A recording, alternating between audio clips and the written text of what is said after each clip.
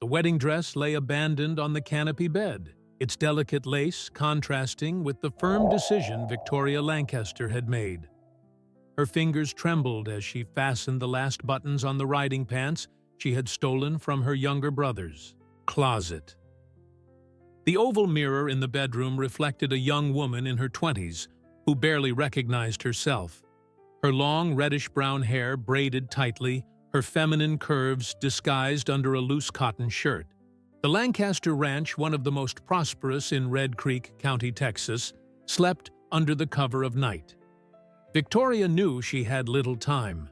In less than 12 hours, she should be walking down the aisle to marry Maxwell Richardson, a 45-year-old cattleman her father had chosen as a way to expand his business. "I'd rather die on the plains than become that man's property," she muttered to herself while stashing some provisions in a leather bag. Her mother's words still echoed in her mind, "A Lancaster always does her duty, dear." But Victoria couldn't. Not after witnessing Maxwell's cruelty towards his workers, especially the Mexicans and Indians who occasionally sought employment on his land.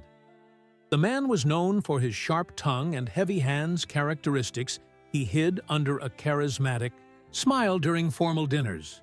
With silent movements learned from years of riding through the ranch's fields, Victoria descended the back stairs.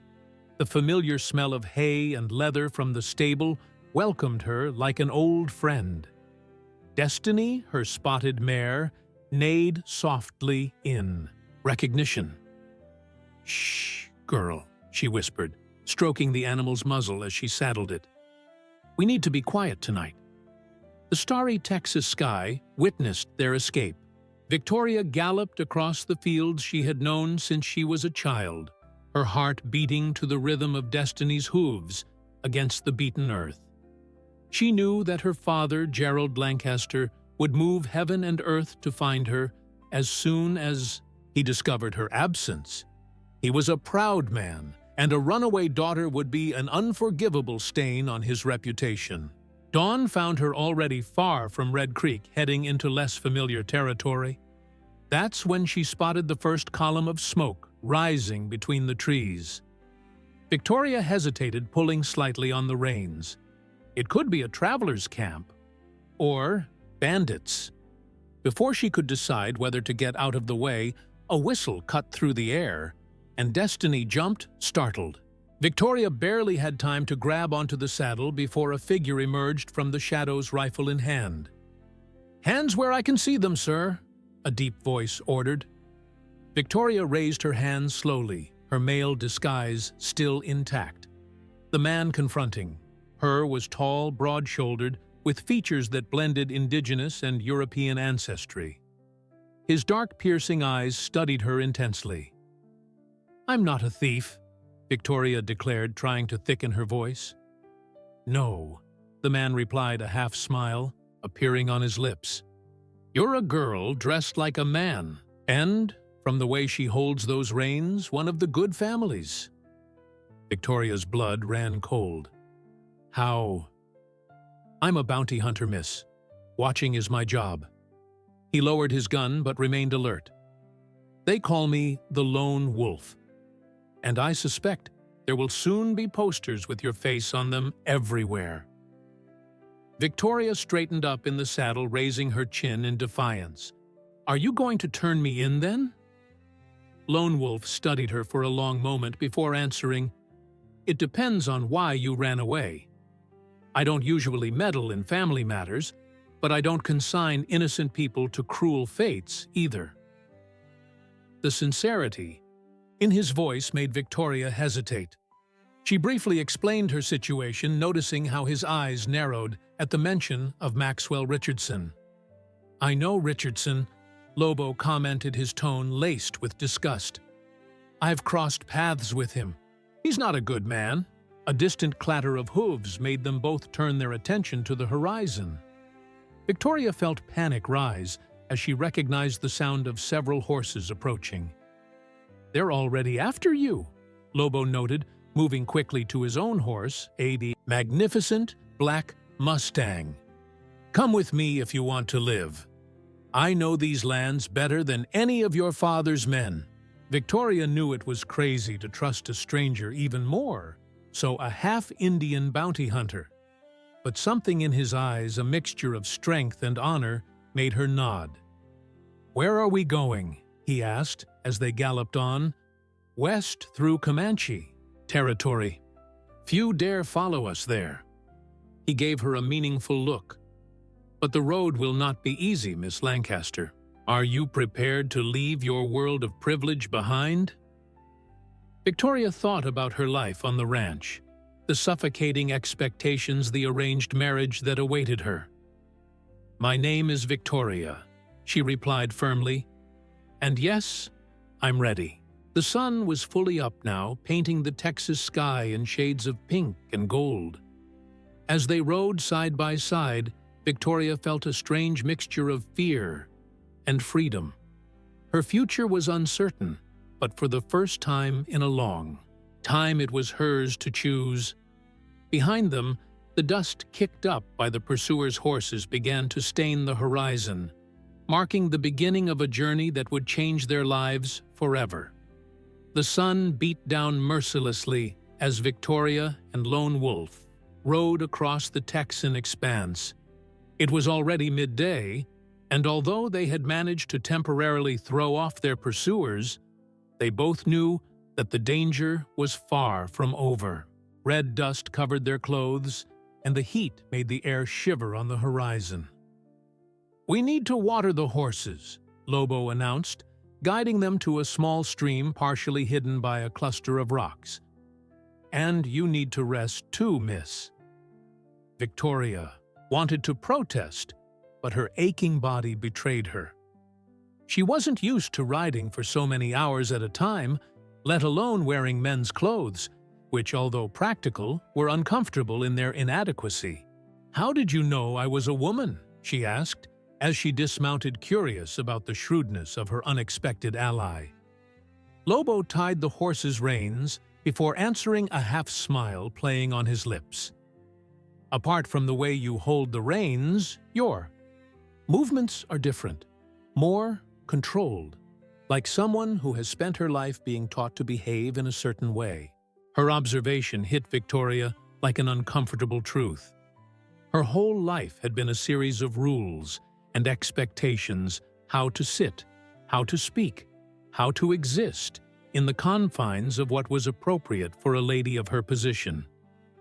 "My father is going to offer a considerable reward for me," she commented, watching Lobo fill the canteens in the stream. "He probably already has," he replied, his deep voice carrying a tone of concern. "And I know Maxwell Richardson well enough to know that he won't accept losing his fiancée so easily." Victoria shuddered at hearing the name of her would-be fiancé. "You know Maxwell how?" Lobo was silent for a few moments, his dark eyes lost in some distant memory. 3 years ago, he hired my services to track down some Comanches who had supposedly stolen his cattle. When I found them, I discovered that they were just a few hungry families, including women and children, looking for food after a particularly difficult winter. "What happened?" Victoria asked, although she was afraid of the answer. "I refused to hand them over. Richardson didn't like it. He sent his men after me, but I managed to escape. So did the families." He paused, his eyes meeting hers. "That's when I started being more selective with my contracts." Victoria felt a knot in her stomach. The stories about Maxwell's cruelty were true after all. Her father had ignored all the signs in the name of an advantageous business alliance. A distant noise made them freeze. Lobo moved silently to a higher position, watching the horizon with trained eyes. 3 riders, he whispered. "To the northeast. They haven't seen us yet, but they're looking." "How are we going to lose them?" Victoria asked, trying to control the tremor in her voice. "There's an old Comanche trail not far from here. Few whites know it, and the rocky terrain makes it difficult to trace. He began to quickly erase the signs of his presence. But first, we need to do something about your appearance. Victoria watched him take something out of his bag, a small bottle of dark dye and a knife. Your hair is very striking, she explained. And those clothes, anyone can see they're from a rich ranch. She instinctively touched her red braid. Do you want me to?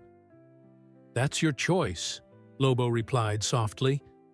But if you really want to escape, you need to leave Victoria Lancaster behind, at least for now.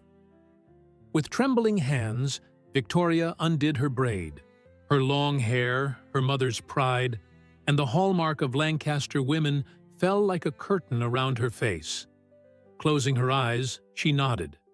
Lobo worked quickly, cutting her shoulder-length hair and applying the dye that turned it an almost black-dark brown. From his bag, he also took some simple clothes worn out by use. They were my sister's, she explained, handing them to Victoria. She's not here anymore. Victoria noticed the shadow of pain that crossed his face, but didn't ask any more. There were stories that needed time to be told. After changing her clothes behind some rocks, Victoria barely recognized herself in the reflection of the water in the stream. The refined young woman had given way to a totally different person. Short, dark hair, simple cotton clothes, skin already beginning to tan under the inclement sun. Now you look more like an ordinary traveler, Lobo approved, less likely to attract attention. And where is this traveler going? She asked, remounting Destiny. There's a trading post 2 days from here near the border with Comanche territory. The owner Samuel is a good man. He owes us a few favors and doesn't ask questions. Lobo checked his weapons before mounting up. From there, we can decide our next move. They rode in silence for some time, following an almost invisible trail between the rocks. Victoria felt every muscle in her body protest, but she held firm. There was no turning back now. Why are you helping me? She finally asked the question that had been bothering her since dawn. You could earn a good reward by turning me in. Lobo remained silent for so long that she didn't think he would answer. When he finally spoke, his voice carried the weight of old memories. Because I've seen too many people forced to live lives they didn't choose. I've seen what it does to them. And because... He hesitated. Because once someone helped me when I also needed to escape. Victoria wanted to ask more, but the sound of distant gunfire cut through the air. Lobo immediately led his horse behind a rocky outcrop, gesturing for her to follow him. They're closer than we thought, he muttered. We'll have to ride through the night. The sun was beginning to set, painting the sky in shades of red and purple. Victoria looked back one last time in the direction of everything she had known. Her former life now seemed like a distant dream, dissolving like dust in the desert wind. Are you ready? Lobo asked, his eyes meeting hers with an intensity that made her heart skip a beat. Victoria straightened up in the saddle, feeling a strength she didn't know she possessed. Yes, she answered simply. And together they rode towards the setting sun, leaving behind the world Victoria had known towards an uncertain but free future. Night was falling over the wilderness when Victoria and Lone Wolf finally found a safe place to camp. A small natural cave partially hidden by rock formations offered shelter from the watchful eyes of their pursuers and the cold wind that was starting to blow from the north. We can't risk a fire, Lobo explained as he helped Victoria dismount. Her muscles were protesting after hours of uninterrupted riding. The glare could give us away. Victoria nodded, grateful for the darkness that hid her pained expression. Her hands, accustomed to the delicate work of embroidery and piano, were now rough and bruised by the rains. Still, she didn't dare complain. "How did you learn so much about survival?" he asked as he watched Lobo methodically organize his belongings, each movement precise and silent, like the predator he was named after. He paused for a moment, his features partially illuminated by the silver moonlight seeping through the cave entrance. "My mother was Comanche," he finally replied. "She taught me the ways of her people before." His voice faltered slightly. "Before she was killed by men who wouldn't accept her union with my father." Victoria felt her heart squeeze. "I'm sorry," she murmured, better understanding the complexity of the man in front of her. "It was a long time ago," Lobo replied, but his tone suggested that the wounds had not yet completely healed. "My father was an Irish merchant. After Mama died, he taught me how to survive in the white world, but he never let me forget my Comanche roots." As they shared a frugal meal of jerky and cookies, Victoria realized that she was facing someone who, like her, lived between two worlds. But while she was fleeing a life of suffocating privilege, Lobo had been forced to learn to navigate them from an early age. "And your father?" she asked softly. "He died defending our trading post from marauders 5 years ago." Lobo replied, his eyes fixed on some distant point. "Since then, I've lived by my own rules." A comfortable silence settled between them, broken only by the occasional neigh of horses and the distant howl of a coyote. Victoria felt strangely safe in the presence of this man, who by all social conventions she should have feared. "Tomorrow we'll cross the most dangerous territory," Lobo commented, checking his weapons. "Your father's men are probably waiting for us on the main route to Samuel's trading post."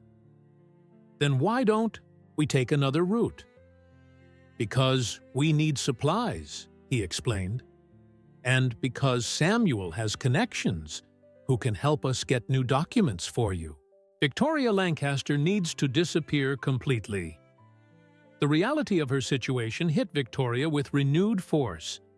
It wasn't just a temporary escape, it was the complete abandonment of her old life. "I'm scared," she admitted quietly, surprising herself with the confession.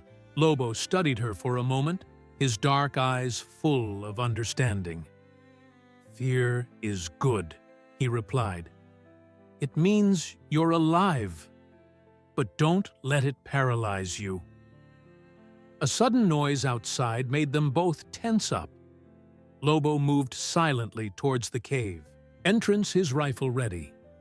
Victoria held her breath, her heart hammering against her chest.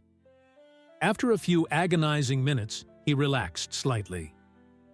"Just a deer," he muttered, but remained vigilant.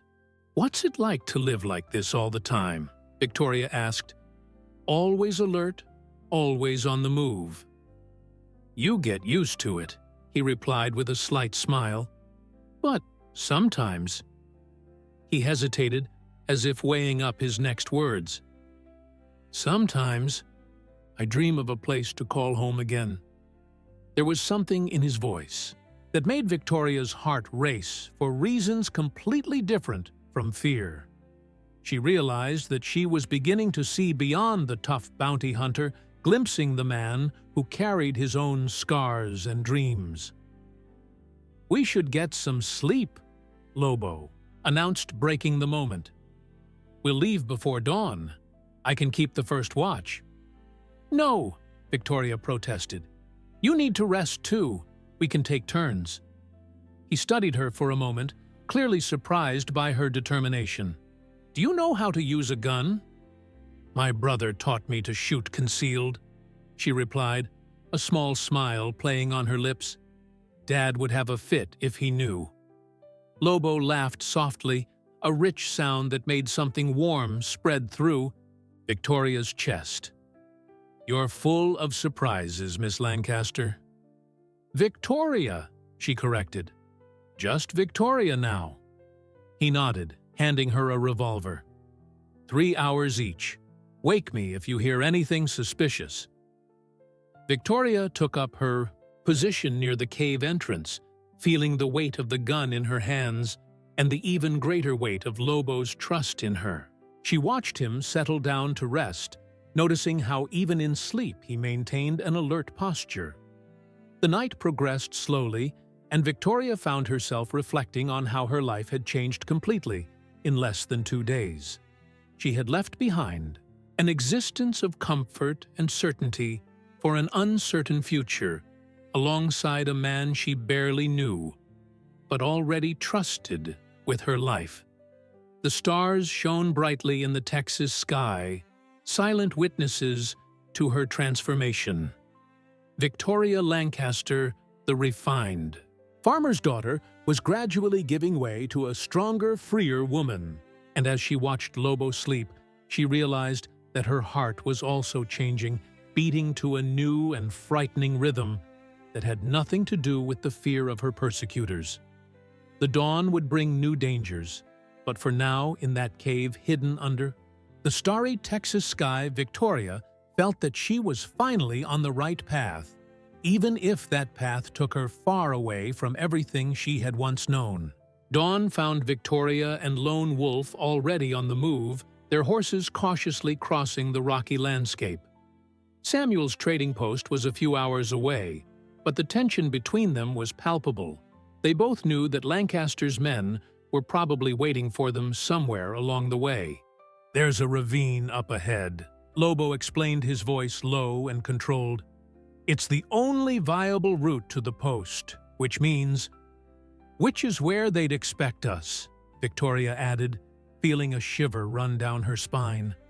The morning sun cast long shadows between the rock formations, creating countless places where snipers could hide.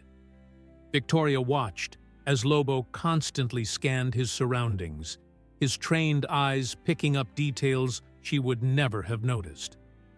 "Is there another way?" she asked, adjusting Destiny's reins. "Yes, but it would take 3 extra days and we don't have enough supplies." He paused, studying the terrain ahead.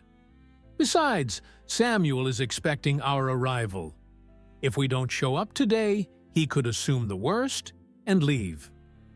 Victoria nodded, understanding the gravity of the situation. Her fingers unconsciously rubbed, the revolver in its holster a gift from Lobo after his vigil the night before. The weight of the gun was both comforting and disturbing. They approached the ravine with extreme caution, their horses' hooves making little sound against the rocky ground. Victoria noticed how the sparse vegetation and steep walls created a natural corridor perfect for an ambush. That's when they saw the first evidence that they weren't alone, fresh hoof prints on the dusty ground. 3. "No 4 horses," Lobo muttered, dismounting to take a closer look at the tracks. "They passed this way less than an hour ago." Victoria's heart raced. "Do you recognize any of the tracks?" "Yes," he replied, his face hardening. "Bill Tucker is with them. He's the best tracker your father employs." Victoria knew Bill, a taciturn man who had worked for the Lancasters for years. He was known for his sharp aim and his unwavering loyalty to his father. "He won't give up easily," she commented, feeling the weight of her words. "No," Lobo agreed, remonstrating. "That's why we're going to give them something they don't expect." He explained his plan quickly. Instead of trying to slip through the ravine unnoticed, they were going to deliberately provoke their pursuers, using their own confidence against themselves. "They expect us to try to sneak up on them," Lobo elaborated. "Not that we go full gallop shooting." Victoria felt a mixture of fear and excitement. What if it doesn't work? Lobo looked her in the eye, his expression serious. "Then we fight. But I don't intend to let you get captured, Victoria. I promise." Something in the way he said her name made her heart skip a beat, but there was no time to examine those feelings. She was about to enter her first real firefight. They positioned themselves at the entrance to the ravine, the restless horses feeling the tension of their riders. Lobo checked his weapons one last time before turning to Victoria. "Ready?" She swallowed, but nodded firmly. "Ready." What followed was a whirlwind of action and adrenaline. They galloped down the ravine, their horses' hooves thundering against the rocky ground.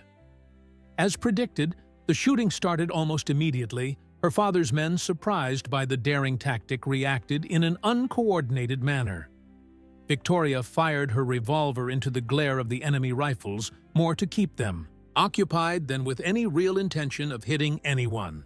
Lobo, on the other hand, fired with deadly precision, forcing the shooters to retreat.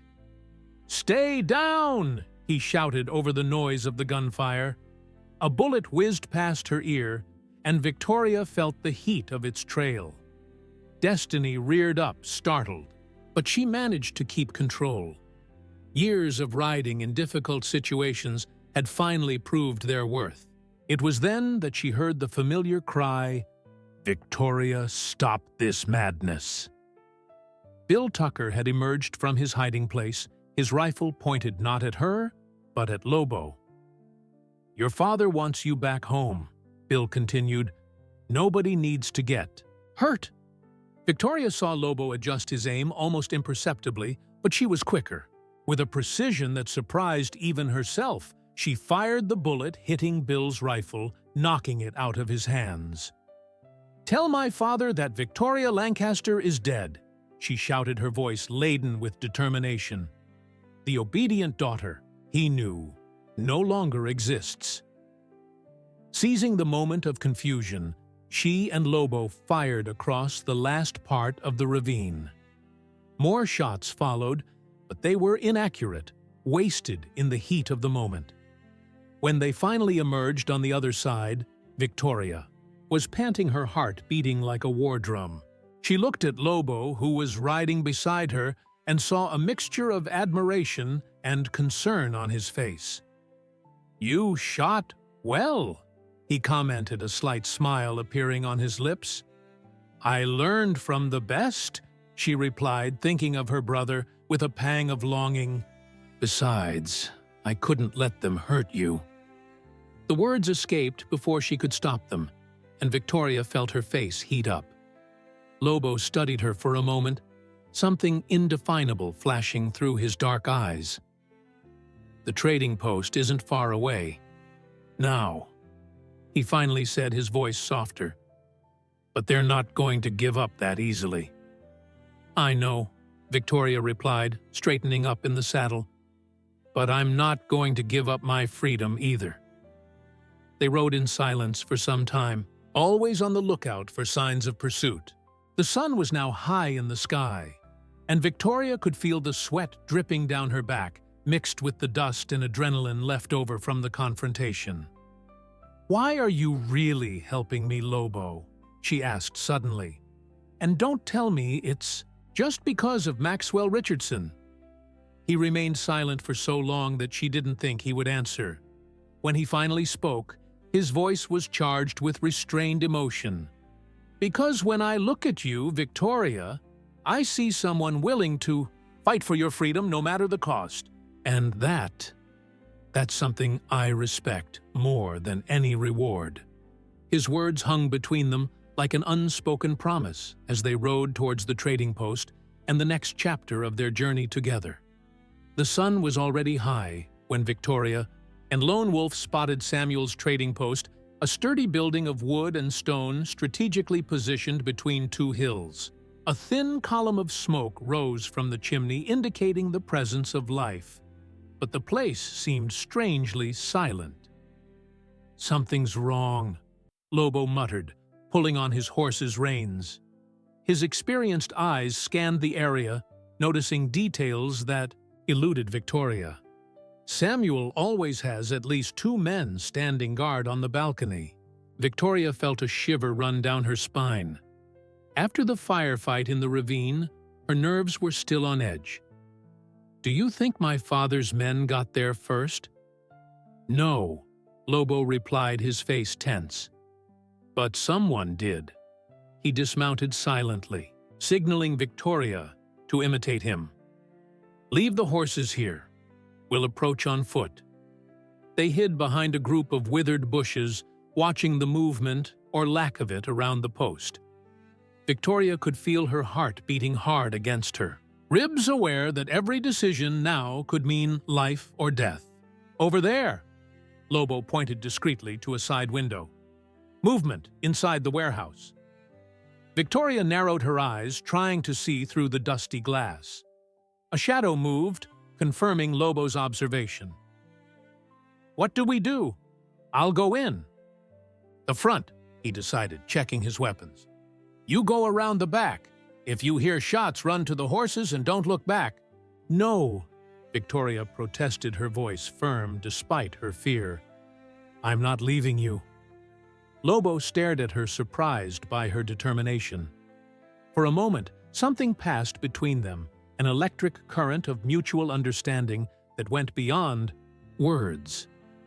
"Then stay in the shadows and shoot only if there's no choice," he instructed.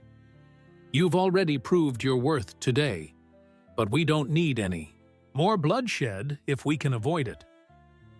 They separated, each following their designated path. Victoria moved, as Lobo had taught her, keeping low and taking advantage of every available cover. Her makeshift dress made her movements easier, so different from the elaborate outfits she usually wore. As she neared the back of the station, she heard muffled voices coming from inside. One of them she immediately recognized as Samuel's, deep and with a slight Irish accent. The other voice was unfamiliar but laden with menace. "Last time to ask, old man. Where's the half-breed?" "I told you. I don't know who you're talking about," Samuel replied, his voice firm despite the obvious danger. The sound of something breaking made Victoria cringe. Through a crack in the wall, she could partially see inside the post.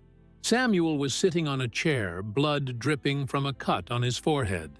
In front of him, a tall man in a black hat was gesturing with a revolver. "Maxwell Richardson has offered a generous reward," the man continued. "Not only for the Lancaster girl, but also for Lone Wolf's head. And everyone knows he's always passing this way."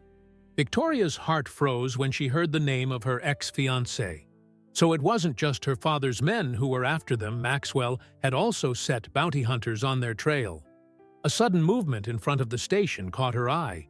Lobo had entered his boots, making no sound against the wooden floor. Victoria counted 3 men in addition to the one interrogating Samuel, all armed but distracted by the scene of intimidation. What happened next was lightning fast. Lobo fired 2 precise shots, taking down 2 of the bandits before they could react. The third managed to draw his gun, but Victoria, acting on instinct, fired through the gap. Her bullet hit the man's arm, causing him to drop his revolver. The leader of the group turned quickly, using Samuel as a human shield. "Drop the gun, half-breed, or the old man dies." "You must be new to this job," Lobo replied calmly, his revolver pointed firmly. "Or you'd know that threatening my friends is a fatal mistake." Samuel chose that moment to act. With surprising strength for his age, he drove his elbow into his captor's ribs. The man staggered, and Lobo didn't hesitate a single shot, and the bandit fell. Victoria ran into the station, her heart still racing with adrenaline. "Samuel, are you all right?" The old merchant wiped the blood from his face with the sleeve of his shirt, a tired smile on his lips. "I've been better, miss. But I'm still alive, thanks to you two." Lobo quickly checked the fallen men, making sure they no longer posed a threat. "We need to leave soon," he declared. "Where there are a few, there will be more." "Not without supplies," Samuel protested, getting up with some difficulty. "And you need the documents I've provided." While Samuel gathered the necessary items, Victoria helped Lobo tie up the surviving bandits. "Maxwell's not going to give up, is he?" she asked softly. "No, Lobo replied, his voice laden with concern. He's always been obsessive, and now he has two targets to chase. Victoria touched his arm gently, making him look at her. I'm sorry for getting him involved in this. Don't be, he replied, his hand covering hers for a brief moment. Some fights are worth it. Samuel returned with a leather bag and some papers. Your new papers, miss.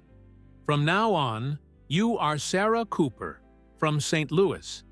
And this, he handed over a small bag of coins, was from your father, Lobo. He wanted you to have it when you needed it. Victoria noticed how Lobo held the bag reverently, his eyes briefly clouded with emotion. Another piece of the puzzle that was his past fell into place. Where are we going now? She asked as they prepared the horses. West, Lobo replied, helping her mount. I know a place in the mountains where we can hide out until things cool down. But the journey won't be easy. Victoria looked back one last time at the trading post where her old identity had officially died.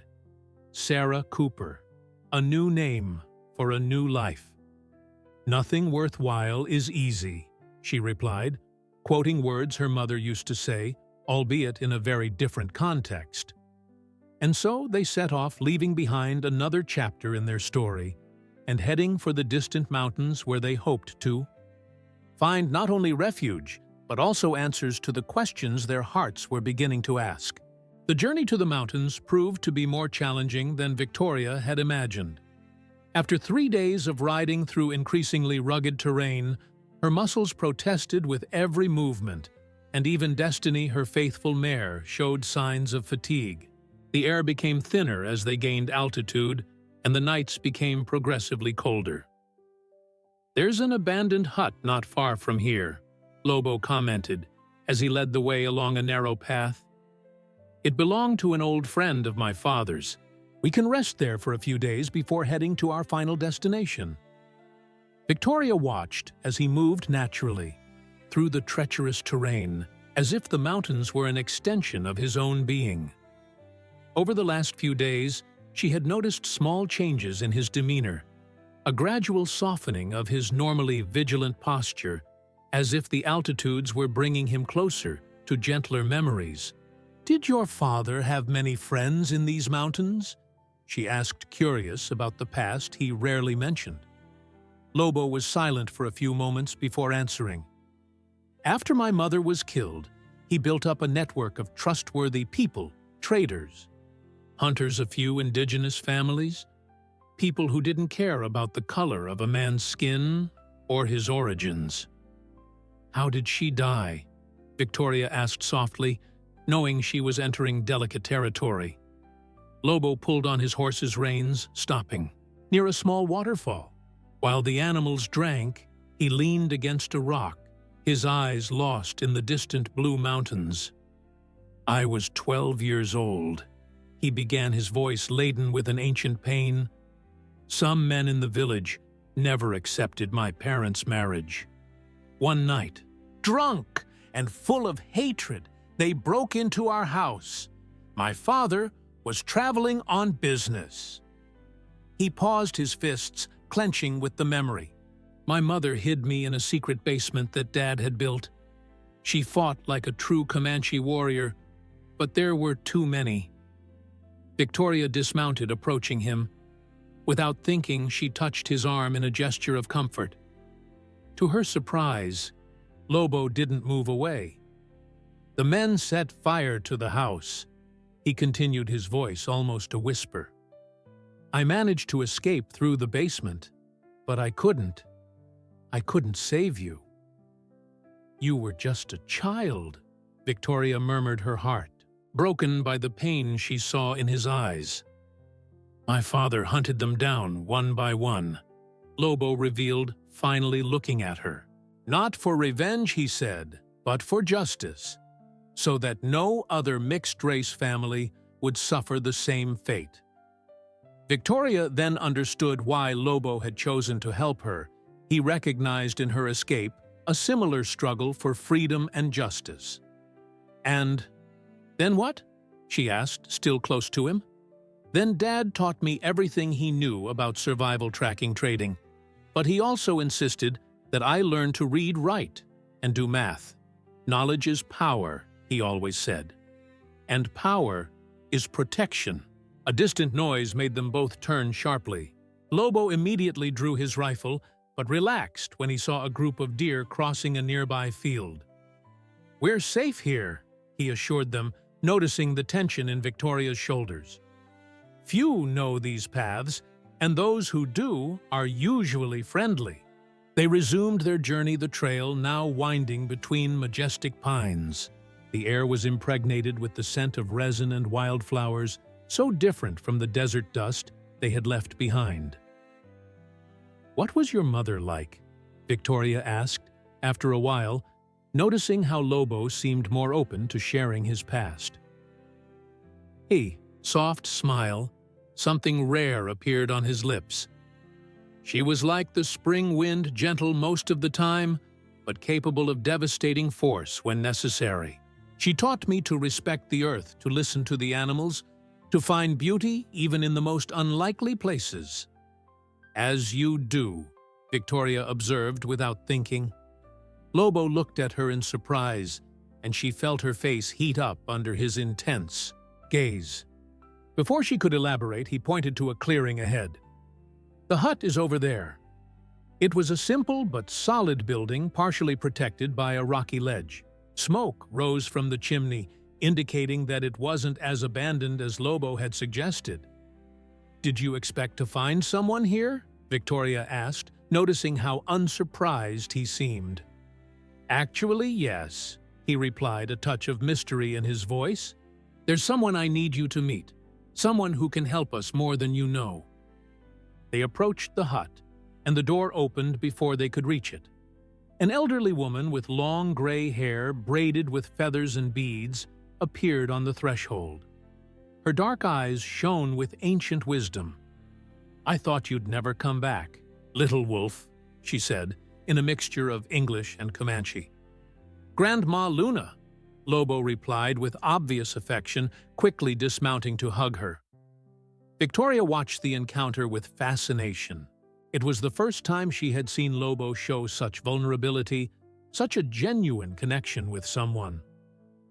"And this must be the girl you're risking everything for," Luna commented, her piercing eyes studying Victoria.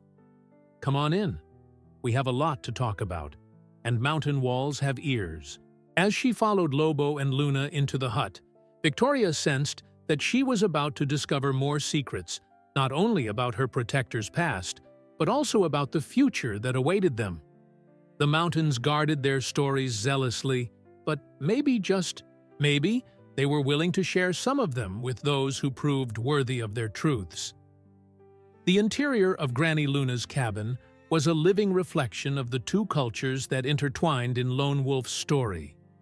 Comanche artifacts shared space, with utensils from the white world creating a unique harmony that immediately caught Victoria's attention. The scent of dried herbs and freshly brewed coffee filled the cozy atmosphere.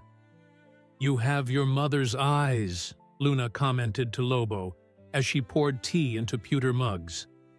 "Especially when you look at this young lady." Victoria watched as Lobo's tanned cheeks took on a slight rosy hue, a reaction she had never imagined seeing in him. Luna smiled, her ancient eyes shining with wisdom. "The spirits have warned me of your arrival," the old woman continued, taking a seat near the fire, "and of the dangers that follow them. Maxwell Richardson has hired bounty hunters." Lobo explained, his expression hardening. "And Victoria's father isn't going to give up on finding her easily." Luna studied Victoria for a long moment, as if she could see through her layers of disguise to her true essence. "You carry the weight of old expectations, child. But you also have the strength of one who chooses her own path." "Like Lobo's mother?" Victoria asked softly. A heavy silence fell over the hut. Luna stood up, moving over to an old cedar chest. From inside it, she took out a shawl beautifully embroidered with beads and feathers. "Aurora was my daughter," she revealed, stroking the fabric. "She defied our tribe by falling in love with a white man, but her heart was true. She paid the highest price for that love." Victoria felt her own heart squeeze as she understood Luna was not just an old friend, but Lobo's grandmother, the missing link that explained so much about him. "Why didn't you ever tell me?" Victoria asked Lobo, who remained unusually quiet. "Because Grandma Luna needs to remain a secret," he replied, his voice laden with protection. "If the men who killed my mother knew of her existence." "But now you've brought her to me," Luna interrupted, her eyes fixed on Victoria. "Which means you trust her with your life and mine." The weight of that trust made Victoria straighten her shoulders. "I would never betray that secret," she declared firmly. Luna smiled, satisfied. "No, I wouldn't. Your heart is strong and true like Aurora's." She turned to Lobo. "Your mother would be proud of the man you've become, little wolf, and even more so for having found someone who sees beyond the scars the world has given you." Victoria noticed how Lobo avoided her gaze, but there was something different about his posture, a vulnerability he rarely allowed others to see. "We need your help, Grandma," he finally said. "We need to disappear completely." Luna nodded as if she had expected it. "The spirits showed me a place," she replied, "in the ancient lands of the Navajo beyond the mountains. There, people don't ask questions about the past." While Luna detailed the route they should take, Victoria observed the interaction between grandmother and grandson. There was so much love there, so much mutual understanding that her heart ached to think of all the losses they had both suffered. "But before you leave," Luna declared, "there are rituals that need to be performed for protection and to clear the paths that brought you here." At dusk, Luna led them out of the hut, where a small fire had been prepared. The mountain air was crystal clear, and the stars seemed close enough to touch. "In the Comanche world," Luna explained as she burned sacred herbs, "we believe that each person has their own spiritual path, but sometimes these paths cross for reasons that go beyond our understanding." Victoria watched, fascinated, as the old woman conducted the ritual, chanting softly in her native language. Lobo stood beside her, his fingers occasionally brushing. Hers a touch as light as a feather, but loaded with meaning. "Victoria Lancaster died on the plains of Texas," Luna declared, throwing something on the fire that made the flames take on a bluish hue. "But you, child, are just beginning your true life." The words reverberated through Victoria like a fundamental truth.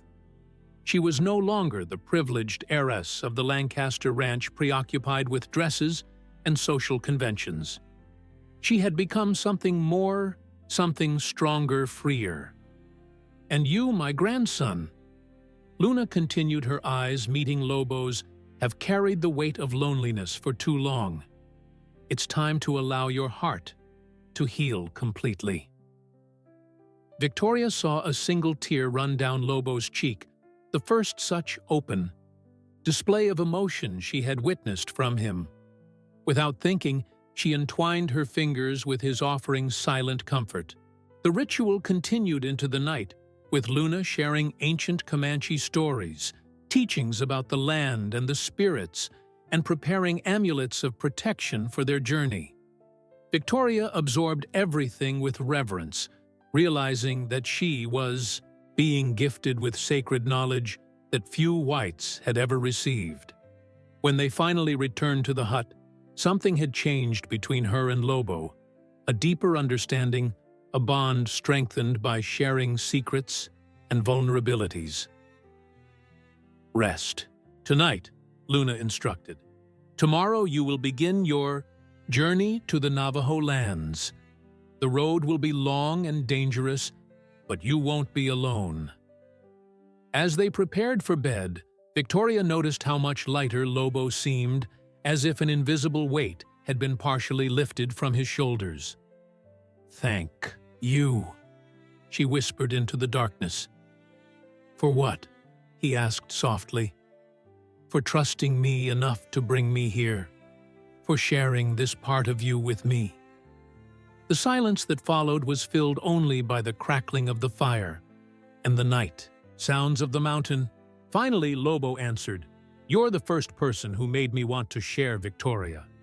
The first one who made me believe that maybe I don't always have to be lonely."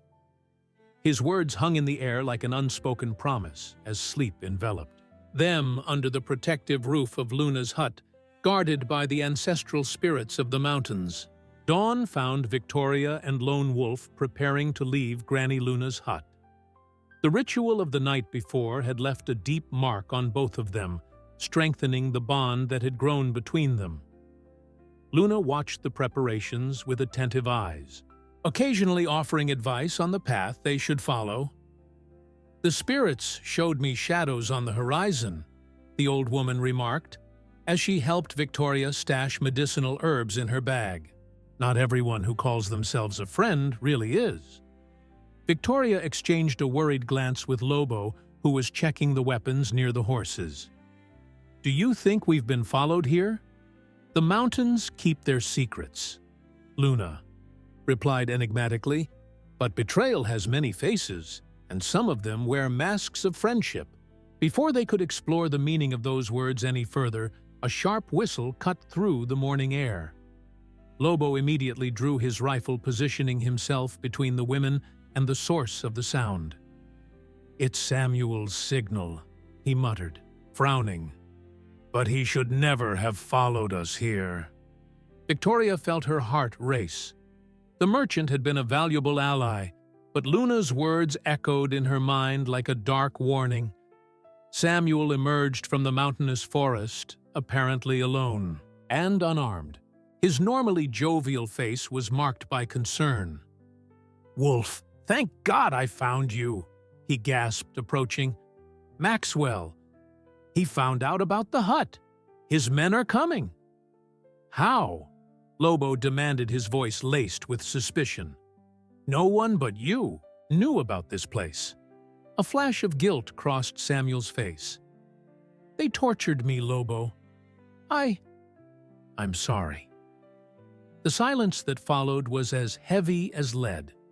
Victoria watched Lobo's expression harden, years of experience with betrayal evident in his eyes. "How many men?" he asked coldly. "6, maybe 7, Samuel replied, taking a step forward. "But we can still." The next move was so fast that Victoria could barely keep up. Lobo pushed Samuel against a tree, pressing his forearm against his throat. "Where are they really, Samuel?" he growled. "And don't lie to me again." The sound of rifles being cocked answered his question. 4 men emerged from the shadows of the forest, guns drawn. Victoria recognized 2 of them, bounty hunters notorious for their brutality.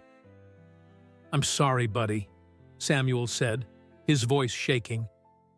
"Maxwell offered more money than I could earn in 10 years. "What about your conscience?" Victoria asked, disappointment evident in her voice.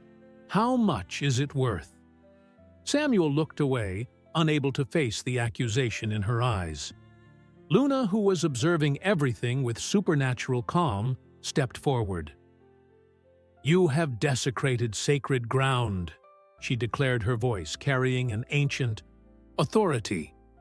"The spirits will not forgive such disrespect." The men laughed, but their mockery was interrupted by a distant sound, drums echoing through the mountains.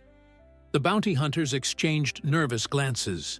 "Shut that old woman up," ordered the leader, a scarred man Victoria recognized as Buck Morgan, famous for his cruelty. "Maxwell wants the girl alive, but the half-breed, Well, he didn't specify any conditions. What happened next was like a carefully choreographed death dance. Luna threw a handful of something into the air dust or ash that created a smoke screen. Lobo took advantage of the distraction to push Victoria behind a large rock while drawing his guns with impressive speed. Shots cut through the morning air, ricocheting off the rocks.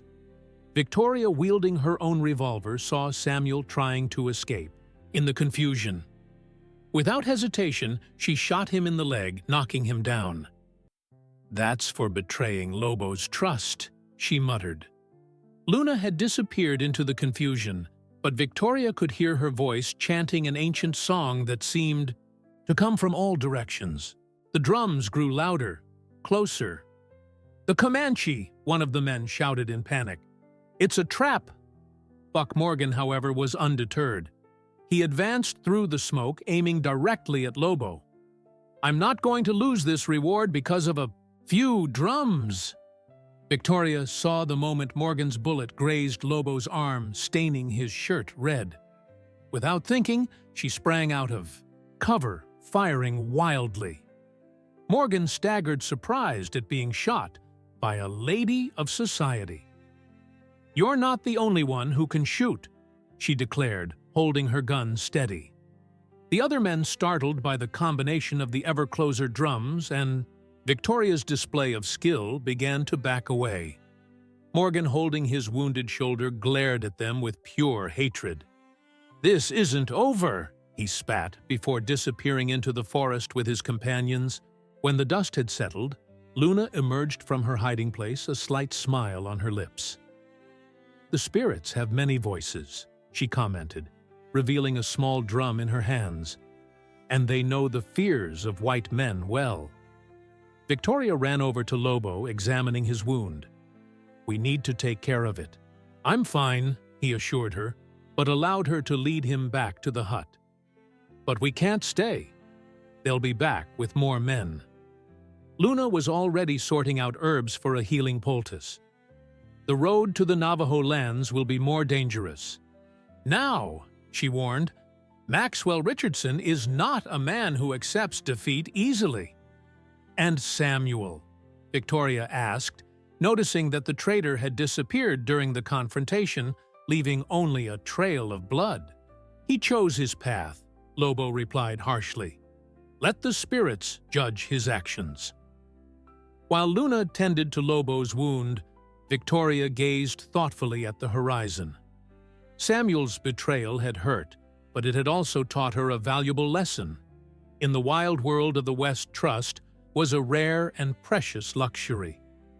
"We need to leave before nightfall," Lobo declared, testing his bandaged arm. "We'll head west through the canyons. It's more dangerous, but also harder for them to follow us." Victoria nodded and began to gather her belongings. Luna watched, her with knowing eyes. "You've changed, child," the old woman commented softly. "You're no longer the same as when you arrived here yesterday." "No," Victoria agreed, touching the revolver in its holster. "I don't think I ever will be again." The sun was beginning its descent in the sky when they finally said goodbye to Luna. The old woman hugged each of them, whispering ancient blessings in her native tongue. "Remember," she said at the end, "true love is like the mountains, strong, resilient, and eternal. Don't let fear or mistrust poison what is growing between you." Victoria felt her cheeks burn, but she didn't deny the old woman's words. As she mounted Destiny, she exchanged a look with Lobo that carried more meaning than any words could express. Together they set off towards the setting sun, leaving behind the safety of Luna's hut, but carrying with them the strength of ancestral teachings and rituals. The road ahead would be dangerous, but now they had something stronger that bound them together, a trust forged in the fire of betrayal, and a silent promise of mutual protection that went beyond words. The journey through the canyons proved to be as challenging as Lobo had anticipated. After 3 days of travel from Luna's hut, Victoria and her companion found themselves in increasingly wild territory. The narrow trails snaked between rocky walls that seemed to touch the sky, and the thin air made every breath a conscious effort. "We need to find shelter before nightfall." Lobo commented, his injured arm still supported by a makeshift sling. "There's a storm approaching." Victoria watched the dark clouds gathering on the horizon. Since Samuel's betrayal and the confrontation with the bounty hunters, they had kept up a grueling pace, stopping only as long as necessary to rest the horses and check on Lobo's wound. "His arm is getting worse," she noted, noticing how he occasionally clenched his teeth in pain. Luna's medicinal herbs had helped, but the constant riding hadn't allowed the wound to heal properly. "I'm fine," he replied automatically, but Victoria could see through his stoic facade. "No, you're not," she insisted, pulling on Destiny's reins. "And I'm not going to let you kill yourself trying to prove otherwise." Lobo stared at her, surprised by her firmness. Over the last few days, Victoria had shown a strength that went far beyond the privileged young woman he had first met. Each challenge seemed to strengthen her resolve even more. "There," she pointed to an opening in the rocky wall. "It looks like a cave. We can take shelter from the storm and take proper care of that wound." As if to emphasize her suggestion, distant thunder echoed through the mountains. Lobo nodded, recognizing the wisdom in his words. The cave was deeper than it first appeared, offering adequate protection from the elements. Victoria worked efficiently, organizing her makeshift camp, while Lobo checked the surroundings, making sure they were safe. "Let me see that arm," she asked after the horses had been settled and a small fire lit away from the cave entrance. Lobo allowed her to remove the bandages, trying to ignore how her gentle touch sent goosebumps across his skin. The wound was inflamed, although there were no signs of serious infection, a testament to the effectiveness of Luna's herbs. "Grandma Luna taught me how to make a special compress," Victoria commented as she carefully cleaned the wound. "She said it was the same remedy your mother used." Lobo remained silent, watching her work. There was something deeply intimate about that moment, not just the physical contact, but the implicit trust between them. "Why are you really helping me, Victoria?" he asked suddenly. "You could have sought refuge in any distant city, started a new life away from Maxwell." She paused her work, her eyes meeting his in the flickering firelight. "At first, it was out of necessity," she admitted. "But now," she hesitated, searching for the right words, "now it's because I can't imagine going down that road with anyone else." The air between them seemed to charge with electricity. Outside, the storm finally arrived, bringing with it a curtain of rain that further isolated their small cave from the rest of the world.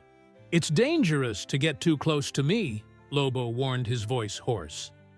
"I'm a man marked by many scars, Victoria. Some you can see, others." "And you think I don't have my own?" she interrupted, finishing the bandage with firm fingers. "We each carry our own battles, Lobo. The question is, do we want to keep fighting them alone?" A particularly loud clap of thunder made the walls of the cave shake. Victoria unconsciously moved closer to Lobo, who instinctively wrapped his good arm around her. "When I was growing up," she continued, her voice almost a whisper, "I learned that love was a bargaining chip, something to be traded for land cattle or influence. But you showed me that it could be something different, something real." "Victoria," he began, but she put a finger over his lips, silencing him.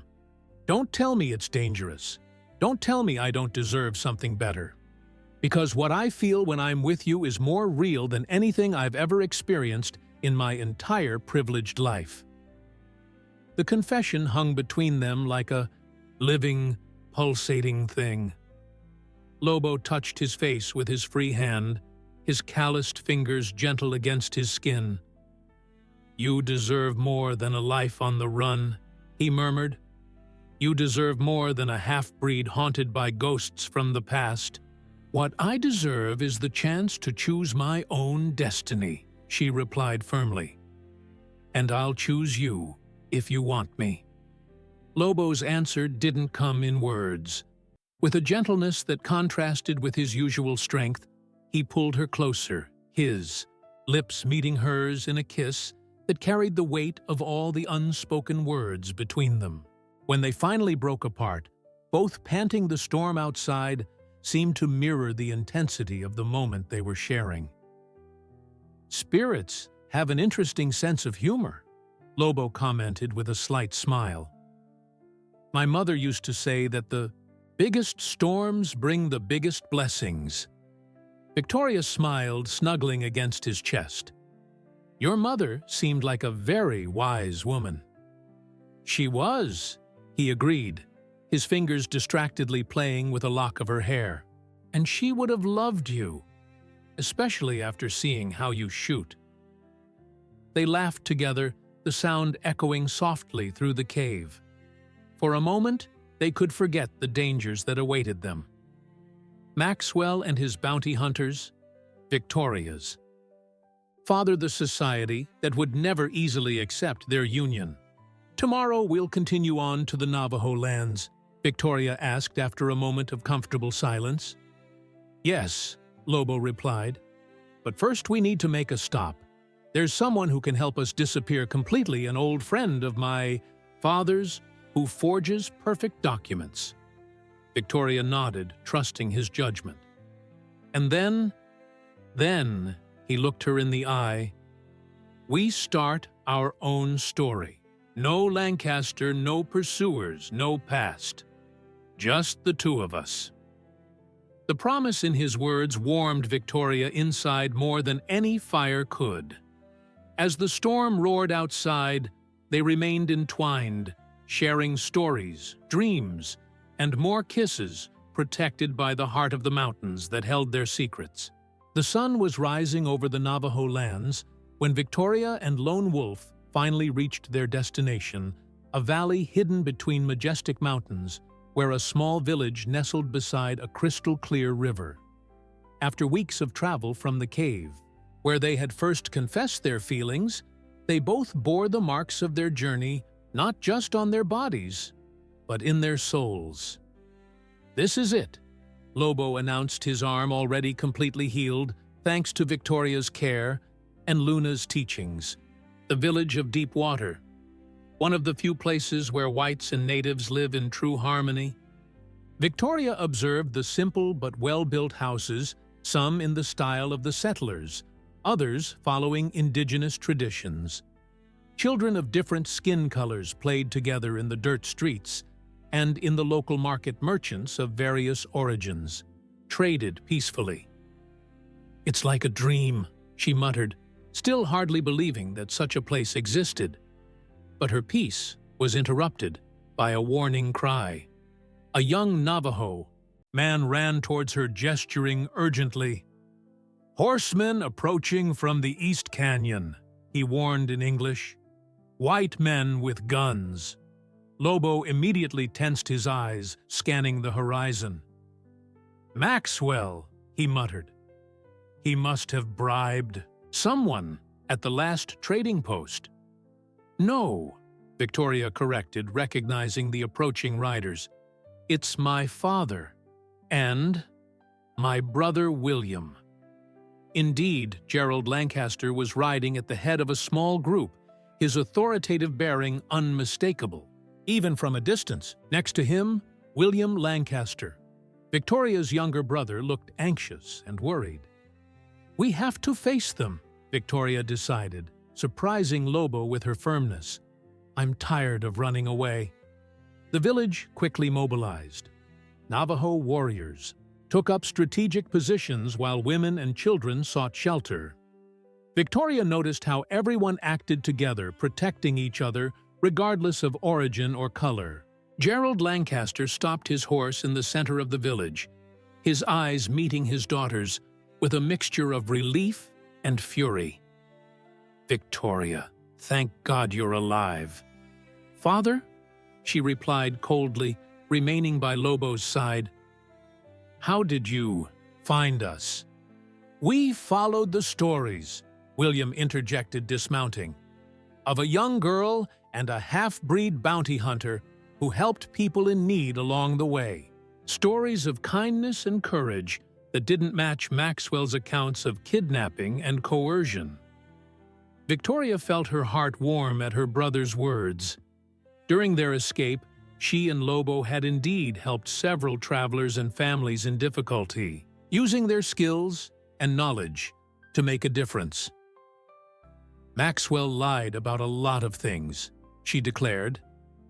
"Just like you lied to yourself, Dad, thinking you could trade my happiness for a few more head of cattle."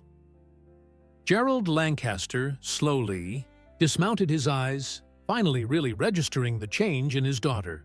She was no longer the docile young girl he had left behind, but a strong and determined woman. "Victoria," he began, his voice softer. I've made mistakes. When your mother died, I promised to give you the best life possible. I thought that meant wealth and social position." "The best possible life is the one we choose for ourselves," she replied, interlacing her fingers with Lobo's. "And I chose love and freedom. And I chose love and freedom over convention and appearances." William approached, a genuine smile on his young face. "That's why we've come, sister, to let you know that Maxwell is dead." The news struck Victoria and Lobo like a bolt of lightning. "How?" Lobo asked, still suspicious. "He tried to take our ranch by force," Gerald explained, shame evident in his voice. "When we discovered his lies and his crimes against indigenous families, well, he didn't take well to being confronted. He took it first, but William was quicker." Victoria looked at her brother with new respect. William had always been the most sensitive in the family, the one who had secretly taught her to shoot and supported her dreams of freedom. "You can go home," her father offered, "or we could try something new." He gestured to the surrounding village where the locals were watching the scene with interest. "This place, there's something special here. Something I never understood before, but now I'm beginning to see it." Lobo, who had remained silent, finally spoke up. "What are you suggesting, Mr. Lancaster?" "A partnership," Gerald replied, surprising everyone. "Legitimacy for this village through commercial contracts with our ranch? Mutual protection. A chance to prove that different peoples can not only coexist, but thrive together." Victoria felt tears well up in her eyes, not of sadness, but of hope. "Dad, it would mean so much. It would mean that your mother would finally be proud of me," Gerald added softly. "She always said I was too stubborn to see the beauty in the difference." The Navajo elders approached, having observed the entire conversation. After a brief discussion in their native language, the eldest of them addressed Gerald, "Your words ring true, but we will trust our brother Lone Wolf to judge their sincerity. He knows both worlds and has proven his worth many times over." Lobo studied his future father-in-law for long moments before nodding. "If Victoria believes you've changed, I'm willing to try. But at the first sign of betrayal—" "There will be no betrayal," Gerald interrupted. "I lost my wife to pride and almost lost my daughter for the same reason. Some lessons are too costly to forget." The sun reached its zenith in the sky, bathing the valley in golden light. Victoria watched as the shadows of the past seemed to dissipate under its warmth, giving way to possibilities she had never imagined possible. "So," she smiled, looking at Lobo, "I think we've finally found our home." "Yes," he replied, pulling her close. And this time we don't have to run or hide. William snorted dramatically. Does that mean I'll have a brother-in-law who can teach me to track like a Comanche? The laughter that followed broke the last tensions. As the village celebrated not only the peace that had been established, but also the love that had made it all possible, Victoria thought of Luna and her teachings about how spirits work in mysterious ways. Her desperate escape from an arranged marriage had turned into a journey of discovery, love, and redemption, not just for her and Lobo, but for everyone around them. In deep water between the ancient mountains and under the endless sky of the West, two different worlds finally met in harmony. And so Victoria Lancaster and Lone Wolf wrote their own happy ending, proving that true love really knows no barriers, be they social, racial, or cultural. Their love, like the mountains that protected them, would remain strong and unwavering, a testament to future generations that the courage to follow one's heart can change not only individual destinies, but the course of history.